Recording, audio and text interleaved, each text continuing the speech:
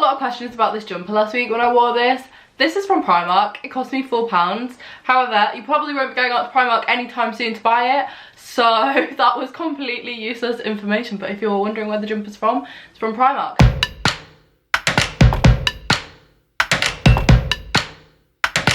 Welcome back to my channel, guys. I hope you're all doing the best that you can in the situation that is currently going on, and I am not going to dwell on it despite the title and the theme of this video being solely based around it.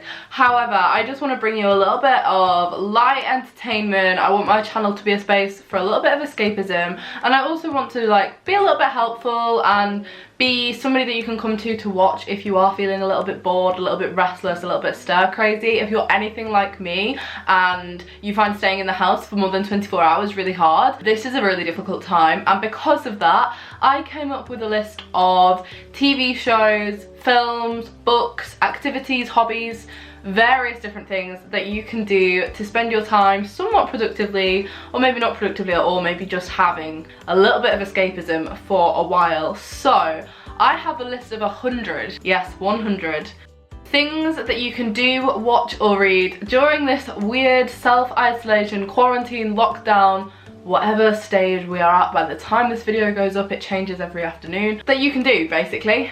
I'm not going to waffle on because 100 is a lot and we want to get through them pretty rapidly. So I'm going to start with films because I feel like that is the obvious place to start. Some of these are only available on Netflix, some of them only on Amazon, some of them only on good old-fashioned DVD if you have that. There's a bit of everything. You don't have to have a Netflix account to be able to watch some of these. I have the list on my computer. I was being organised. Let's get going. I started off with films that you might not have watched, but you should, because I think they're really good. I do watch a lot of movies, I like films, and I went through a phase of watching almost everything that was released in the cinema.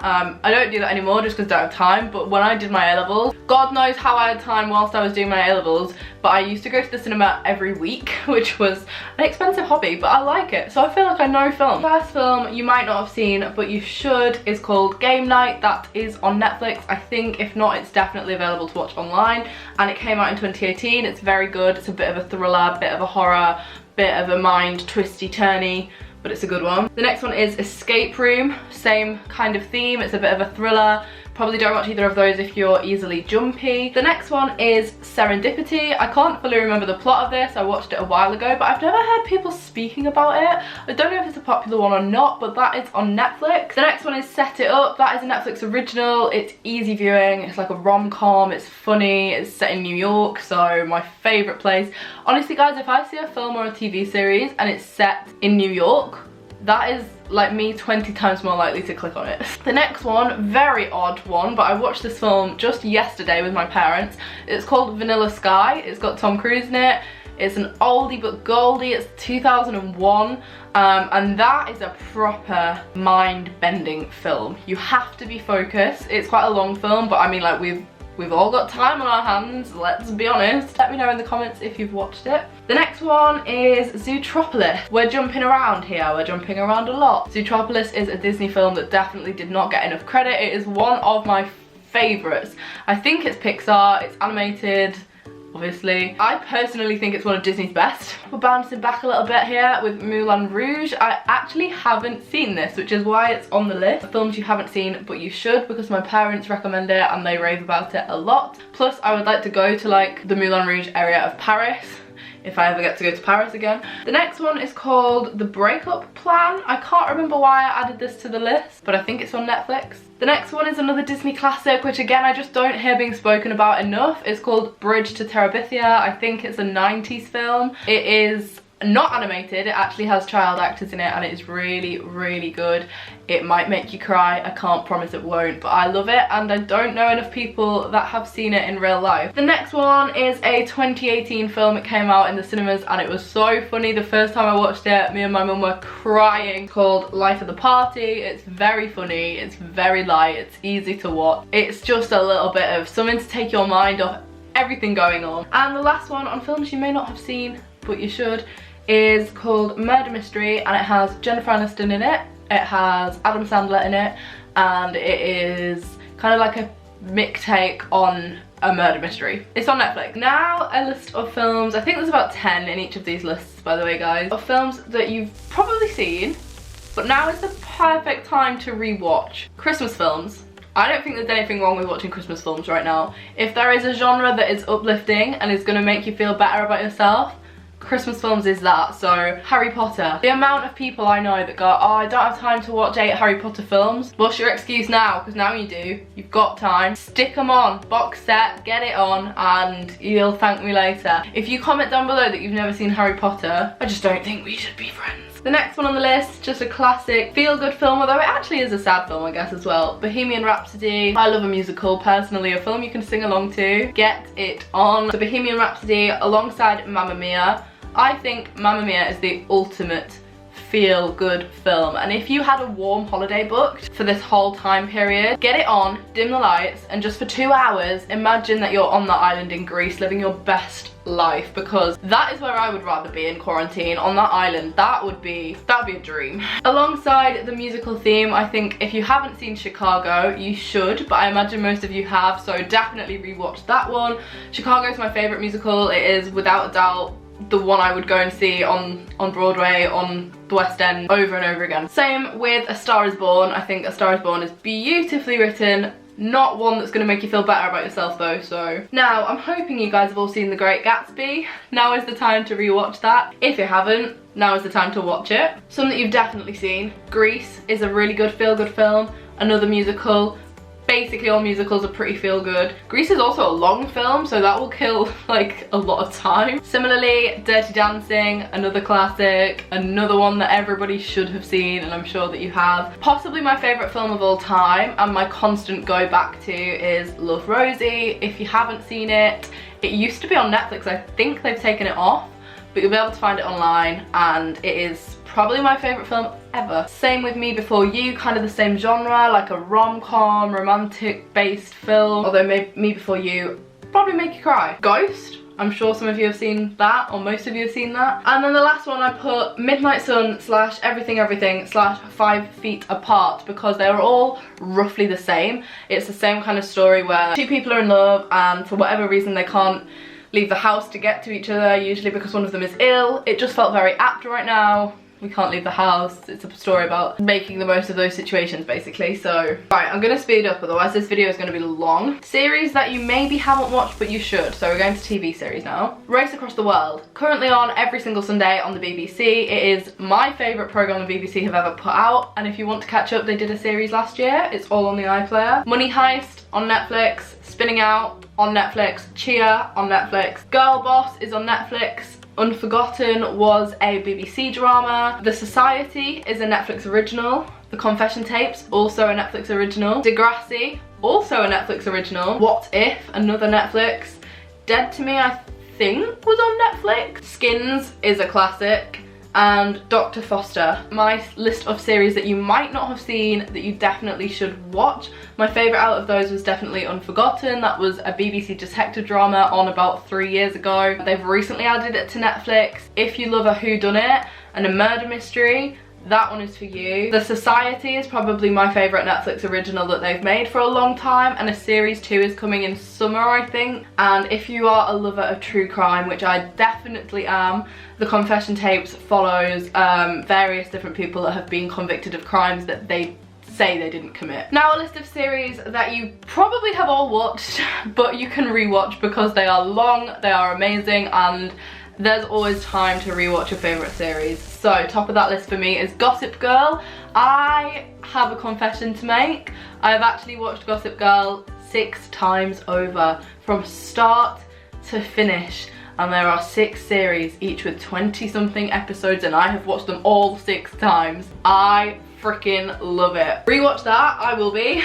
Same with Pretty Little Liars. I didn't love that as much, but at the time I was obsessed. The Stranger, recently out, very, very big on Netflix, but rewatch it if you enjoyed it. Friday Night Dinner, I feel like most people have seen it. Comedy gold, easy to watch, 20-minute episodes. Same with The In-Betweeners, everybody's seen it, but you can rewatch it. Gavin and Stacey, all uplifting, positive, light viewing. Friends, I have never seen Friends. Maybe now is when I watch Friends. Maybe. The Vampire Diaries, I never was on that hype, but a lot of my friends were, so you could rewatch that. Stranger Things, very popular, 3 series, you can binge watch that. Dynasty, I love Dynasty. It's an American Netflix drama. It's about a really rich family. Very, very good if you haven't seen it. Sherlock, my favourite television series of all time ever to air on the BBC. I'm pretty sure it's all on iPlayer. I'm pretty sure it's all on Netflix. Big Bang Theory is popular. Breaking Bad is popular. Suits, Riverdale, and something that I have been watching since last September, Waterloo Road. If you are British and you half grew up with Waterloo Road but you missed the early series or you stopped watching the later series, it is all on BBC iPlayer and I'm up to series 7 and trust me, that takes up time. Okay, now I have a list of YouTubers that you might not watch that I think you should. So I'm not going to mention like my friends because you guys know who I'm friends with, you know who I know and see regularly and watch regularly, but people that you might not have watched. This is my list of recommendations. So currently my obsession are the Zach and Jay show. They are two British guys that do really fun challenges. I'm not too sure what kind of content they'll be uploading at the moment, but on their channel is a backlog of really fun challenges, things that I would love to do once all of this is over. Just really, really, really well edited, high quality production videos. Second is Click for Taz, for the same reason. She has some amazing, really original content. Next, Simon Wilson. I feel like people have not heard of him as much as they should have. I think he has about 500,000 subscribers. His content is ridiculous. He did a series of travel vlogs where he travelled from New York to Los Angeles with no money at all. So he literally got from the East Coast to the West Coast of the USA with no money, and that was my favourite series that has ever been uploaded to YouTube. So definitely go and watch that. So that will take up a lot of time and it took me about a month to watch all of them, so get yourself on that. Next is Georgia Marie. She is my favourite channel for true crime. Her and Eleanor Neal are like the 2 YouTubers I watch the most. Georgia Marie does some incredible history content and I love learning, and I feel like now is the best time to start learning something new or to take up a new hobby or to just research something, and Georgia basically does that for you. I've learned so much from her channel. I'll go downstairs in my house and I'll be like, oh my god, Mum, did you know that Guy Fawkes did this and this and this and it wasn't even this and this? And my mum's like, where have you just got that information from? And I'm like, I was watching Georgia's channel. If you want something a little bit different, content that is definitely unique, I recommend her channel. If you want classic true crime covered with a Yorkshire accent, she's just the loveliest girl. I'll leave Eleanor Neal linked below as well because her content is my go-to, especially when I'm working out. I know that's so weird, but Eleanor's videos are always like an hour long and I'll put them on when I get in the gym, obviously not at the moment. Just go on the treadmill for like 40 minutes while I'm watching her and it doesn't even feel like 40 minutes have passed. The next one, my friend, I said I wasn't mentioning friends, but I don't think I've mentioned her too much on this channel. My friend Holly has the YouTube channel Holly Gabrielle. She does vegan content, she does vlogs and deep chats and just really good content that you can just have on and it feels homely. She also was out in Australia whilst I was out in Australia, so she also has a lot of travel vlogs if you wanted to backdate and binge watch those. I absolutely love her channel. The next is Ben Morris. I think he has some amazing original content. I love his videos. Whenever he's uploaded I know that it's gonna be good, so I watch him a lot. The next one is a channel I only found this week and it's called Life Uncontained, and basically they are an American couple who have completely moved into like the forest and built their own house out of a shipping container, and it sounds like Molly what the hell, but honestly their videos are so good and you can just tell the production value, like they invest a lot of time in these videos, and also their lifestyle is crazy. They've literally built their house up from the ground and you can watch it all on YouTube, so yeah, I love it, and Tom actually introduced me to them. So, and last but not least, I love Backpacking Bananas. I think she's called Christine or Christy. She uploads amazing travel content. She has a lot of videos all about solo backpacking and traveling the world, and she's been to so many countries, so I love her. She is one of my recent obsessions as well. Okay, so we've done watching. You can watch YouTube, you can watch TV, you can watch films. We're gonna do books. I'm gonna quick fire go through a list of books that you guys should all read during this time, because reading is a really great way to stimulate the mind in a way that's not visual, in a way that's not you sitting in front of a screen. I have read all of them and recommend them to you. Some of them you'll have definitely read, some of them you probably haven't. Use this time to read all 7 Harry Potter books. Don't tell me you like Harry Potter but you've only watched the films. That doesn't count, it really doesn't. Read the books and then get back to me. Percy Jackson, I think is aimed at children but is one of my favourite book series ever written. It is all about Greek mythology. I have a really, well, not a really good understanding, but an understanding of Greek mythology and the history of ancient Greece and ancient Rome because of these books, and I think they're really good. The Hunger Games, a classic trilogy, and a good reread if you wanted something. It feels a little bit Hunger Games-esque right now. Same with Divergent, another series that shaped my teenage years. All 4 of those series were very me during high school. Now is a good time to revisit that. Okay, shifting a little bit. The Tattooist of Auschwitz is very well written, will make you cry. We Were Liars is a little bit of a murder mystery, twisty turny, whodunit, what's going on kind of book. Rooftoppers, again, I think is aimed at a younger audience, but it's just feel good, it's happy, and I've never seen anybody raving about it, and I've really enjoyed it. It's set in Paris and it's beautiful. Perks of Being a Wallflower, you could watch the film or you could read the book. The book is really beautifully written and it's a heartbreaking story, but it's a really nice story as well. The Man Who Didn't Call, or The Man Who Never Called. That's the book I'm currently reading. Our House, I read a couple of months ago. I've never seen anybody talking about it. Very, very different plot. I've never read a book like it. It's about like having your house stolen from you, and it sounds like that wouldn't be interesting, but it's like it's very fast paced, it's very easy to read, and it's told from 2 separate sides of the story, and it's really good. Me Before You, I recommended it as a film. I think the book is even better. The Last Thing She Told Me is the best book I've read in a long time. That is, again, it's kind of like a murder mystery. It's kind of a whodunit, but it's very fast paced and easy to read. Lucy in the Sky is by Paige Toon, who is one of my favourite authors when it comes to just easy to read quick books.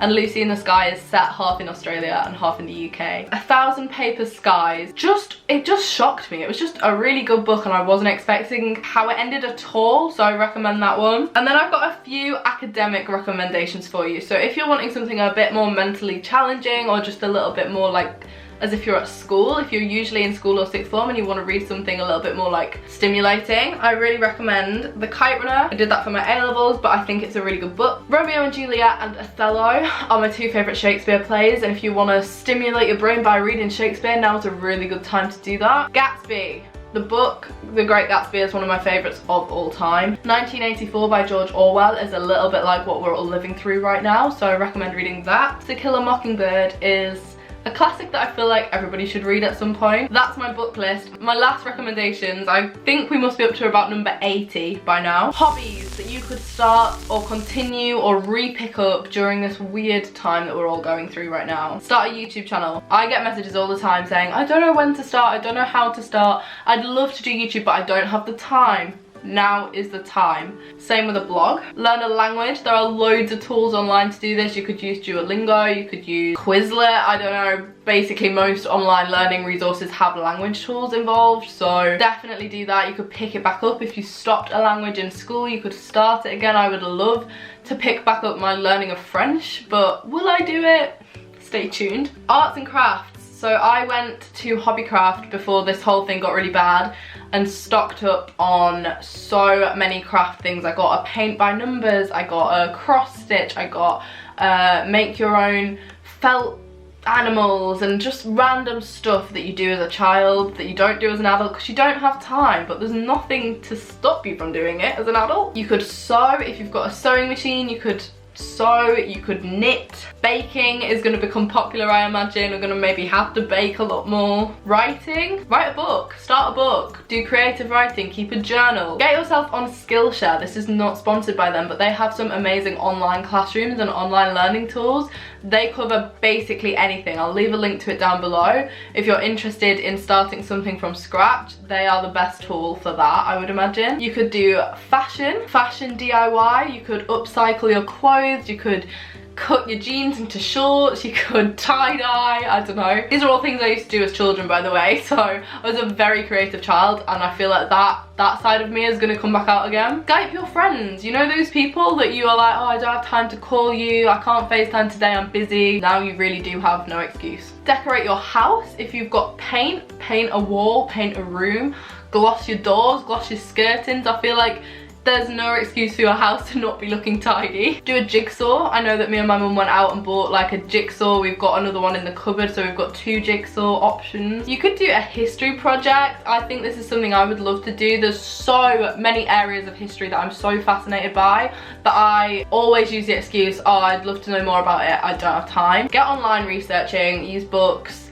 My brother's doing his A-levels, so he has textbooks for like loads of well, not loads of subjects, 3 subjects, including geography and business studies. I would love to know more about both of those. There were subjects I didn't take at school, so I could help him with that. Play The Sims. I recently downloaded Sims 4 because if I can't live my best life in this reality, I will live my best life in Sims reality. I'm gonna build a house, I'm gonna have a family on Sims. You could play an instrument. So I don't know how many of you know this about me, but I actually play the flute, and I played the flute for 10 years. So I would love to spend a bit more time doing that. You could teach yourself a new instrument if you have a keyboard or a guitar. You could organize your whole bedroom, which I think a lot of people will be doing. Clear your wardrobe out, have a sort out of your desk. And the last one, very random one to end on, is you could teach yourself calligraphy.